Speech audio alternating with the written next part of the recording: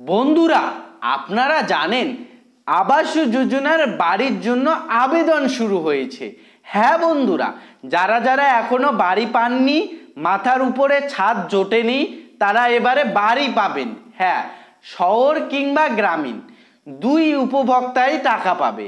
তবে আপনারা জানেন প্রধানমন্ত্রী আবাস যোজনার দুটি প্রকারভেদ রয়েছে বন্ধুরা।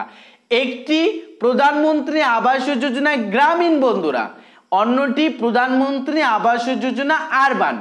প্রধানমন্ত্রী আবাস যোজনা আরবানটি শহরের উপভোক্তাদের জন্য, যারা নাকি একটু বেশি টাকা পেয়ে থাকে। শহর অঞ্চলে যারা বসবাস করে এবং যারা বাড়ি পেয়ে থাকে তাদের টাকার পরিমাণটা একটু বেশি, এবং গ্রাম অঞ্চলে যারা গ্রামীণ আয়ত্তায় টাকাটা পেয়ে থাকেন আবাস যোজনা গ্রামীণ এর স্কিমের আয়ত্তায়, তারা কিন্তু 1,20,000 টাকা পান।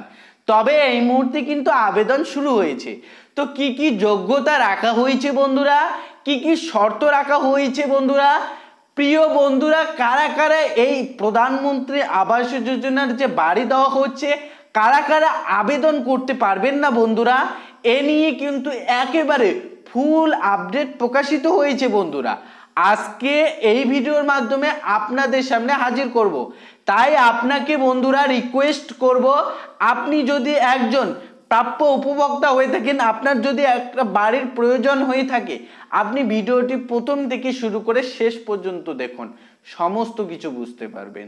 চ্যানেলটিকে সাবস্ক্রাইব করে ভিডিওটিতে লাইক প্রদান করুন ডিটেলস আপডেট জানার জন্য।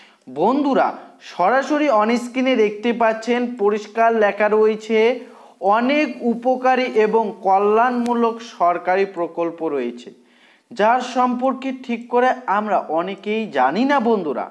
কেন্দ্রীয় সরকারের থেকে শুরু করে রাজ্য সরকার অনেক ধরনের স্কিম রয়েছে যা দরিদ্র মানুষদের সুবিধা দিচ্ছে বন্ধুরা। লেখা রয়েছে উদাহরণস্বরূপ কেন্দ্রীয় সরকারের প্রধানমন্ত্রী আবাস যোজনা।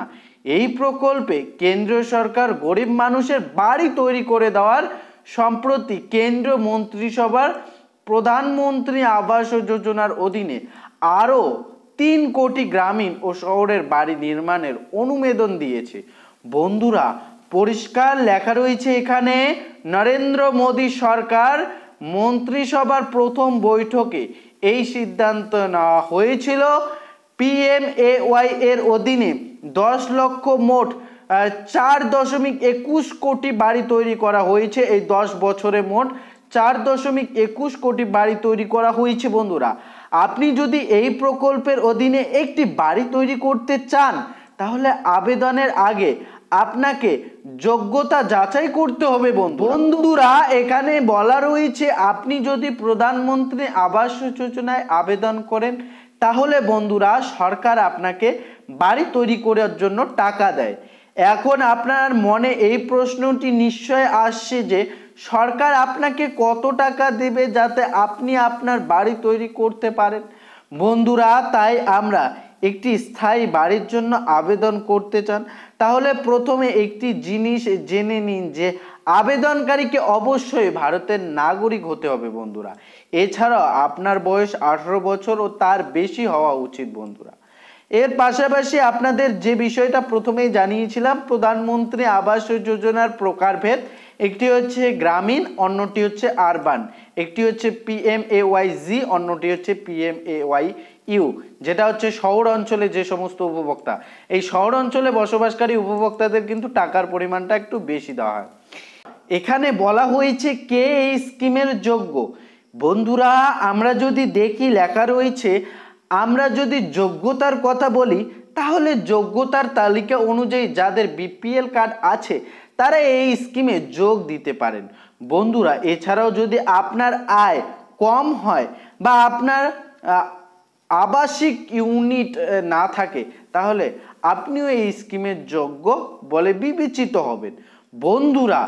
আরও এখানে আপডেটে কিন্তু লেখা রয়েছে, যে আপডেটে লেখা রয়েছে পরিষ্কার, আবাস যোজনার বাড়ি পাওয়ার শর্তাবলী কি বন্ধুরা, আপনাদের শর্তাবলী কি কি ক্রাইটেরিয়া দেওয়া হয়েছে যারা যারা অর্থনৈতিক দুর্বল বিভাগে EWS আবেদন করেছেন তাদের বার্ষিক আয় 3 লক্ষ টাকার মধ্যে হওয়া উচিত।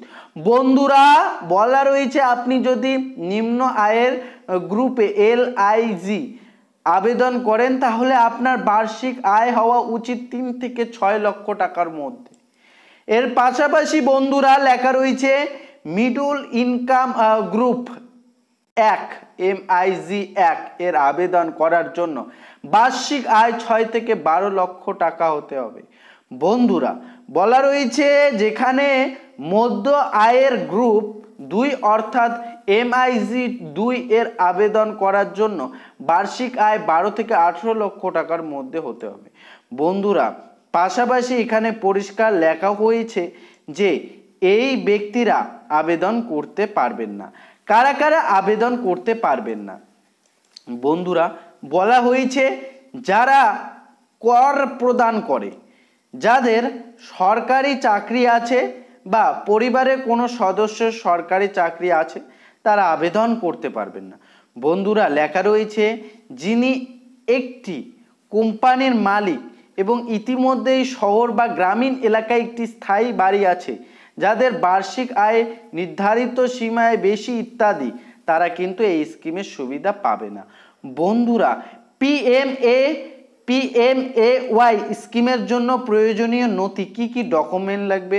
পরিচয়পত্র, ঠিকানা প্রমাণ, আয়ের সংশয়পত্র, সম্পত্তির নথি। প্রধানমন্ত্রী আবাস যোজনায় কিভাবে আবেদন করবেন? বন্ধুরা PMAY অর্থাৎ প্রধানমন্ত্রী আবাস যোজনায় গ্রাম স্কিমের জন্য 2টি উপায়ে আবেদন করতে পারবেন, যেমন অনলাইন এবং অফলাইন। অফলাইনে আবেদন করতে আপনার নিকট কমন সার্ভিস সেন্টার অর্থাৎ CSC সেন্টার যেতে লাগবে। এই একই সময় আপনি প্রধানমন্ত্রী আবাস যোজনা অফিসিয়াল পোর্টালে অর্থাৎ PMAY.nic.in এর অফিসিয়াল ওয়েবসাইটে গিয়েও আপনারা আবেদন করতে পারেন। তো এই ছিল আজকের মূল আলোচনা। বন্ধুরা কারা কারা বাড়ি পাবেন, কারা কারা আবেদন করতে পারবেন, কারা কারা আবেদন করতে পারবেন না, প্রধানমন্ত্রী আবাস যোজনা গ্রামীণ কি, প্রধানমন্ত্রী আবাস যোজনা আরবান কি সেটা জানালাম। পাশাপাশি রাজ্যের তরফে যে আপনাদের বিষয়টি সব ভিডিওতে আপডেট জানানোর চেষ্টা করছি। রাজ্য সরকারের তরফে যেহেতু 11,36,000 উপভোক্তার বাড়ির টাকা দেওয়ার পরিকল্পনা নেওয়া হয়েছে। কেন নেওয়া হয়েছে এ নিয়ে ডেডিকেটেডভাবে আপনাদের একাধিক ডিটেলস আপডেট জানিয়েছিলাম, হয়তো আপনারা প্রত্যেককেই জানেন।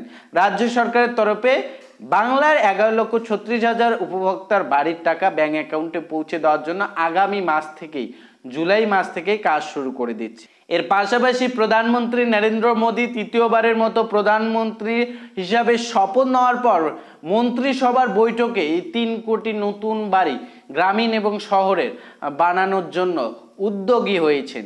তো এই ছিল আপডেট পাওয়ার সঙ্গে সঙ্গে হয়তো উপকৃত হয়েছেন। অন্যকে ডিটেলস আপডেট জানাতে সাহায্য করবেন। চ্যানেলে নতুন হয়ে থাকলে চ্যানেলটিকে সাবস্ক্রাইব করে ভিডিওটিতে লাইক প্রদান করে আমাদের সঙ্গে জুড়ে থাকুন।